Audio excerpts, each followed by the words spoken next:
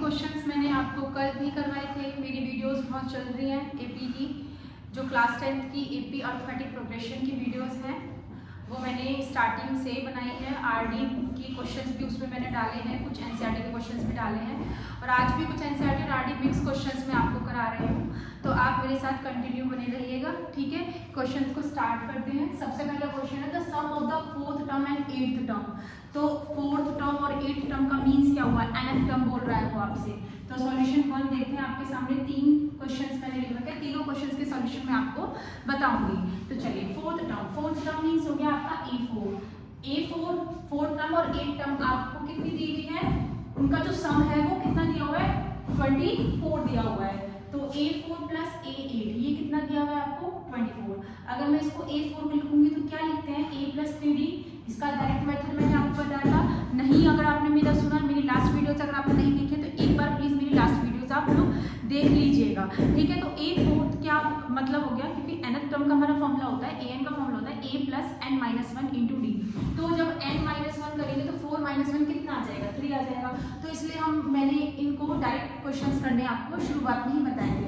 मेरी पहली वीडियोस आप लोग देख लोगे तो आपको हेल्पफुल हो जाएगा, क्वेश्चंस आप अच्छे से इजीली कर पाओगे। चलिए, तो a4 का मीन्स हो गया, a8 का मीन्स होता है a प्लस 7d। ओके, 24 के इक्वल है a प्लस a कितना हो जाएगा, 2a। 7d प्लस 3d कितना हो जाएगा, 10d इज इक्वल्स टू 24। हम पूरे इक्वेशन को 2 से डिवाइड कर देते हैं बिकॉज 2 के मल्टीपल्स हैं सारे, तो इक्वेशन थोड़ी छोटी रहेगी। 2 1 2, 2 5 10 और 12। ठीक है, ये हमारी क्या हो गई, फर्स्ट इक्वेशन हो गई। नेक्स्ट उसने क्या बताया, the sum of the sixth term and tenth term कितनी दी हुई है, is 44। Sum of the sixth term मतलब a6, टेंथ टर्म मतलब a10, ये कितना है 44।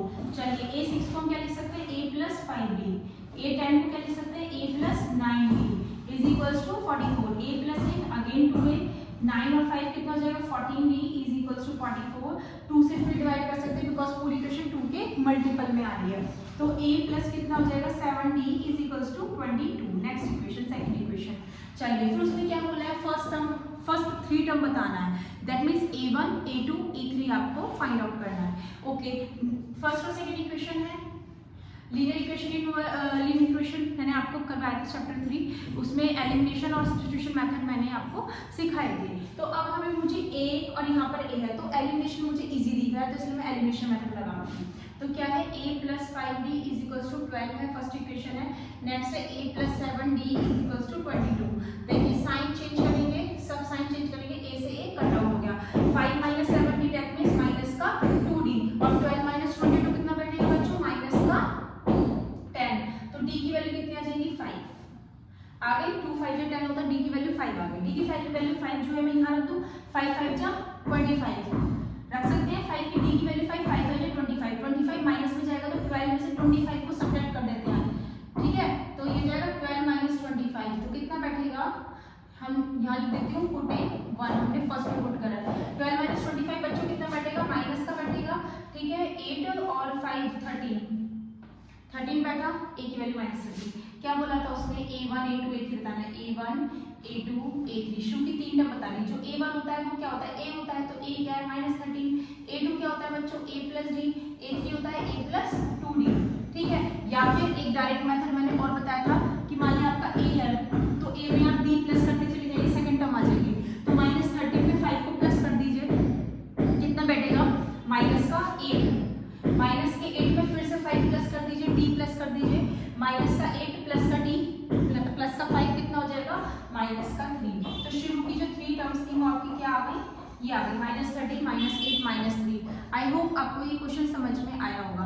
बहुत इजी होती है एपी, अगर आप अच्छे से समझेंगे तो बहुत इजी होती है। ठीक है, कोई भी अगर क्वेरी आती है आपको तो मेरे कमेंट बॉक्स में आप डाल सकते हैं कि मैम हमें ये वाली प्रॉब्लम आ रही है, ये चीज़ समझ नहीं आ रही है, या ये वाला क्वेश्चन आप करवा दीजिए, स्कूल में हो रहा है हमें फिर भी समझ नहीं आ रहा है, कुछ भी क्वेरी है x to y z वो आप मुझे मेरे कमेंट बॉक्स में डाल के मुझे बता सकते हैं। ठीक है, देखिए नेक्स्ट क्वेश्चन करते हैं, इसको रफ कर देते हैं। ठीक है, रफ कर देते हैं इसको।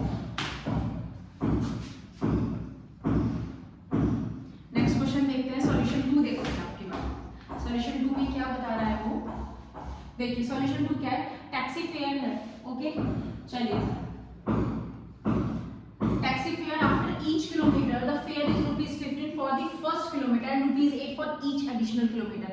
दैट मीन्स वो क्या कह रहा है आपसे, क्वेश्चन में ये बोल रहा है कि एक टैक्सी वाला है, तो वो टैक्सी वाला क्या करता है 15 रुपये तो वो शुरू के चार्ज ले लेगा, मतलब जैसे आप 1 किलोमीटर चलेंगे तो 15 रुपये ले लेगा, ठीक है। उसके बाद फिर वो 8 रुपये हर 1 किलोमीटर के लगातार चला देगा। पढ़ सकते हैं आप, taxi fare after each kilometre is fair ₹15 for the first kilometre. फिर उसके बाद ₹8 हर एक एडिशनल चार्ज वो 8 रुपये हर 1 किलोमीटर पे लगातार